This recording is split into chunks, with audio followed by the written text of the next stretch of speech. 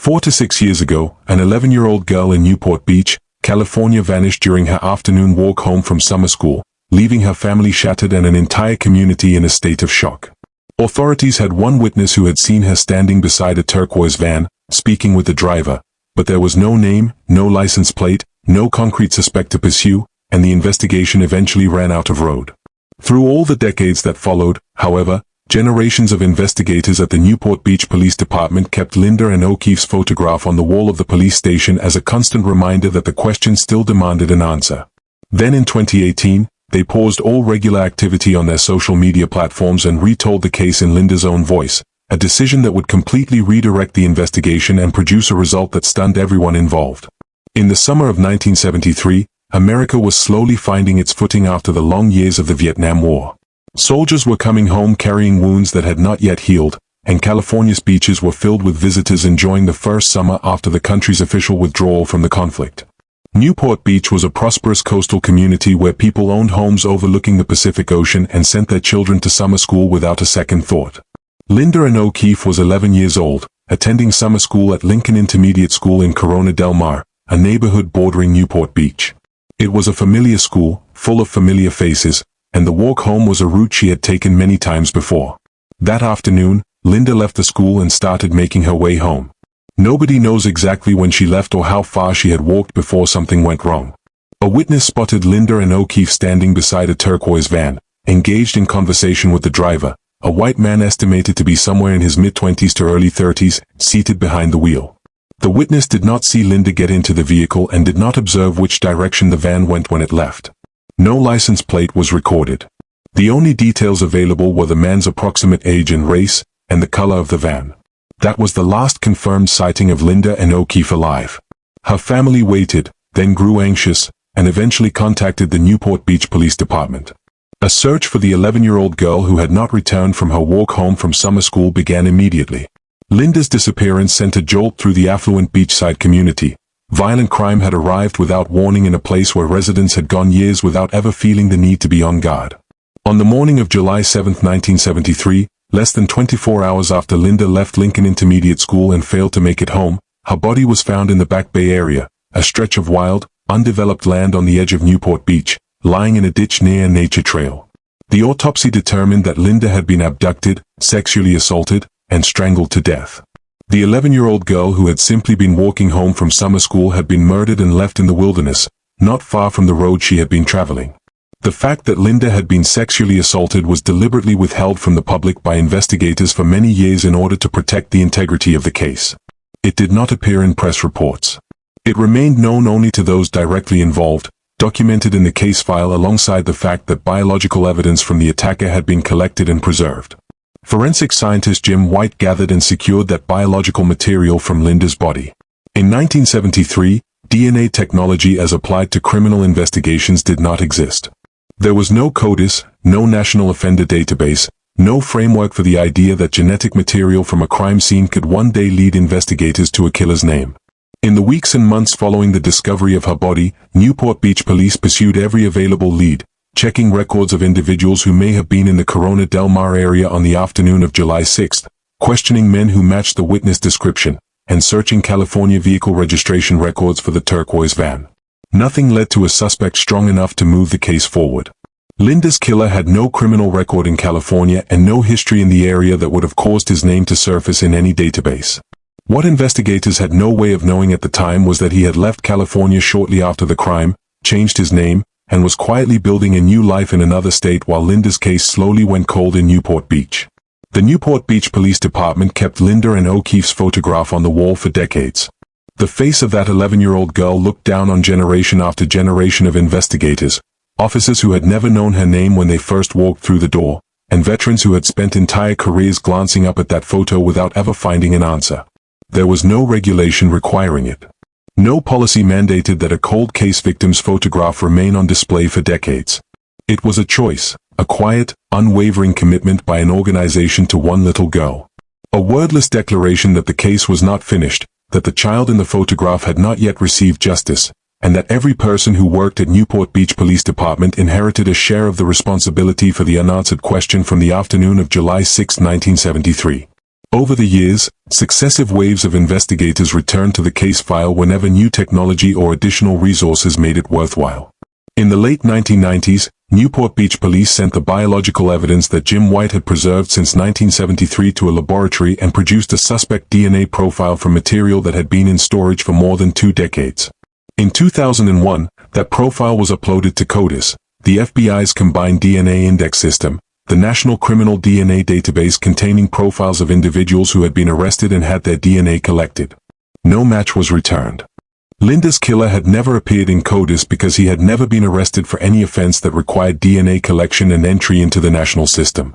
While Newport Beach police kept Linda's photograph on the wall year after year, the man who had sat behind the wheel of that turquoise van was living freely and without consequence. In 1973, he had been going by the name James Albert George Layton, residing in Orange County, California, roughly a 30-minute drive from Corona del Mar, where Linda was abducted.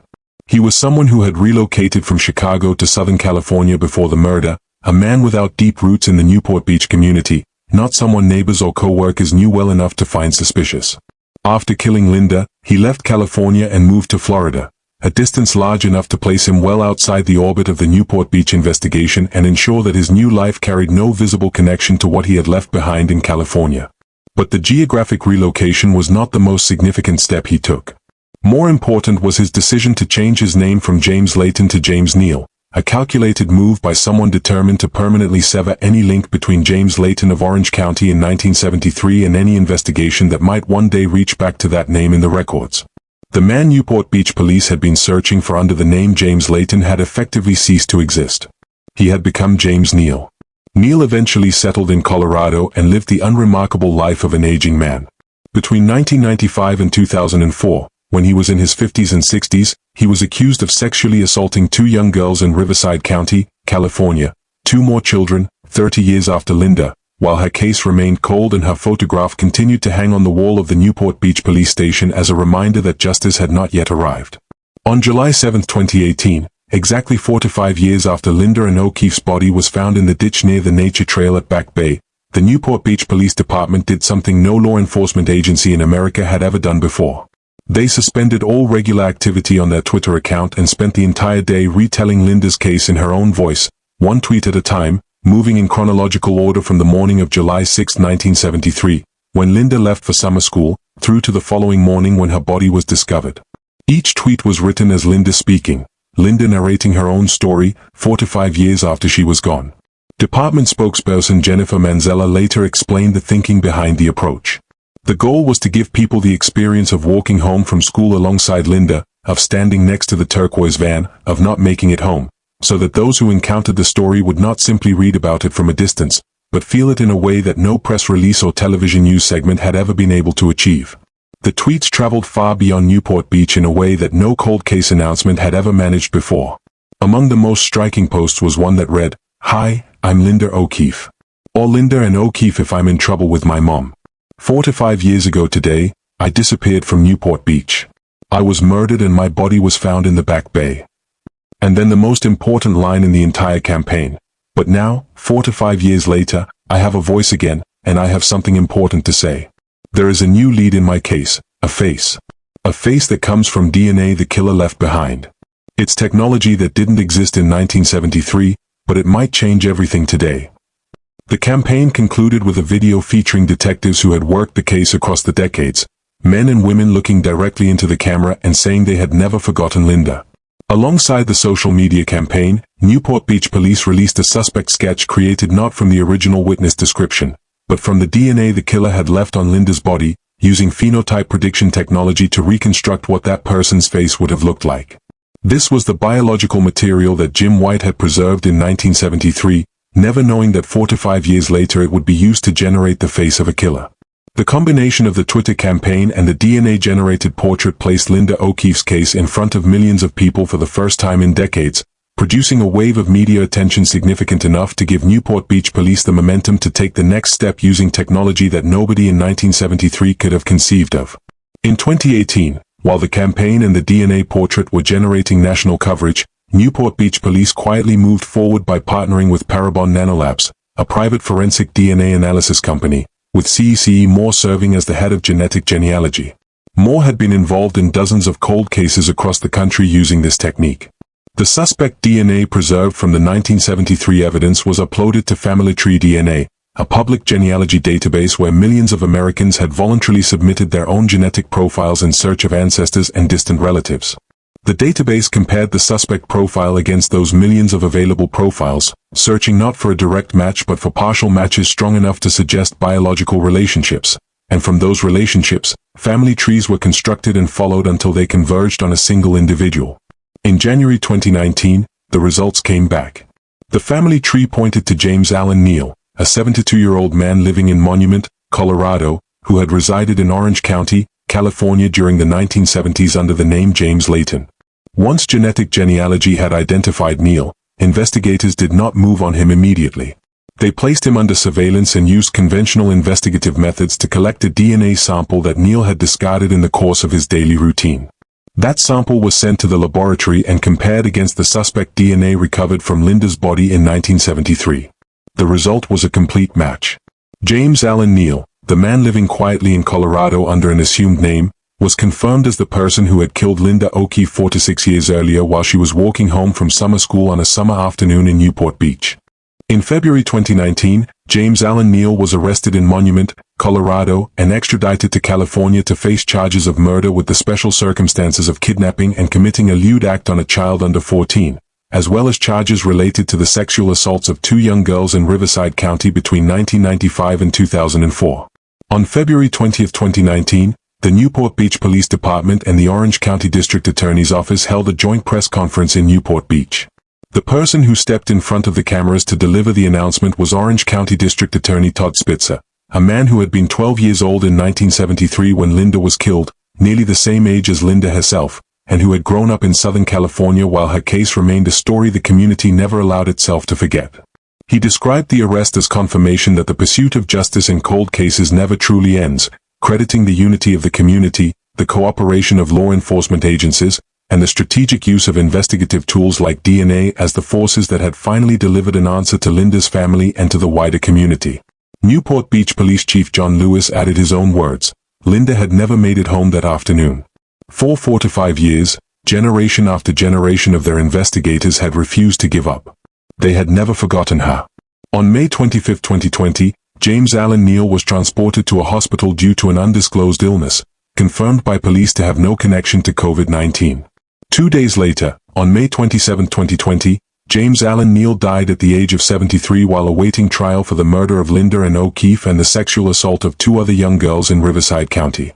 The man who had sat behind the wheel of that turquoise van on the afternoon of July 6, 1973, who had changed his name and put as much distance as possible between himself and what he had done, died in custody before a jury ever had the opportunity to hear his name read aloud in a courtroom. The case never went to trial. There was no conviction. There was no sentence. There was no legal moment in which Linda's family could sit in a courtroom and hear a formal declaration that the man who had killed their 11-year-old girl had been found guilty. District Attorney Todd Spitzer spoke to what that meant. Neal's death before he could be brought to trial had robbed the O'Keefe family of the justice they deserved and had denied the investigators who finally identified him the satisfaction of seeing the process through to its conclusion. Police Chief John Lewis echoed that sentiment, saying the department had fully intended to bring James Alan Neal to trial to answer for Linda's murder, and expressed hope that through the tireless work of generations of investigators, the family and those who loved Linda might find at least some measure of closure. The Linda O'Keefe case leaves behind 3 lessons. The first belongs to Jim White and the decision he made in 1973. A forensic scientist who had no framework for understanding what DNA would one day mean in criminal investigations, but who collected and preserved biological evidence anyway, out of professional instinct and a commitment to doing the job properly. That decision, made 4 to 6 years before the case was solved, became the single foundation upon which everything else was built. Nobody in 1973 had any concept of FamilyTree DNA or genetic genealogy. Jim White simply preserved the evidence because he understood that evidence must be preserved. If you have a loved one who is a victim in an unsolved case, ask the investigating agency directly whether the biological evidence from the case has been retested using modern DNA technology. The answer to that question could be the difference between a cold case staying cold and a killer finally being identified. The second lesson comes from the 2018 Twitter campaign. When Newport Beach police launched it, they had no new leads. What they had was a determination to present an old question in a new way, to a new audience, using new technology. That campaign directly generated the public pressure and momentum that led to the next step with family tree DNA and ultimately to the result in January 2019. If you feel the system is not actively pursuing justice for your loved one's case, strategic and well-considered media pressure, the right channels, the right timing, the right way of telling the story, can create a breakthrough that no new lead could have produced on its own. The third lesson is the most painful of the three. Between 1995 and 2004, while Linda's case remained unsolved and her photograph still hung on the wall of the Newport Beach police station, James Neal continued to sexually assault 2 more young girls in Riverside County. A cold case is not simply a matter of delayed justice. It is an open window of time during which the perpetrator remains free to harm new victims while the system has not yet caught up with him. Every unsolved case carries that cost, and it is a cost measured not only in the absence of justice for those already hurt, but in the harm done to those who come after. If you have watched this far, please leave a comment and let us know where you are watching from, and subscribe so you do not miss the stories still to come.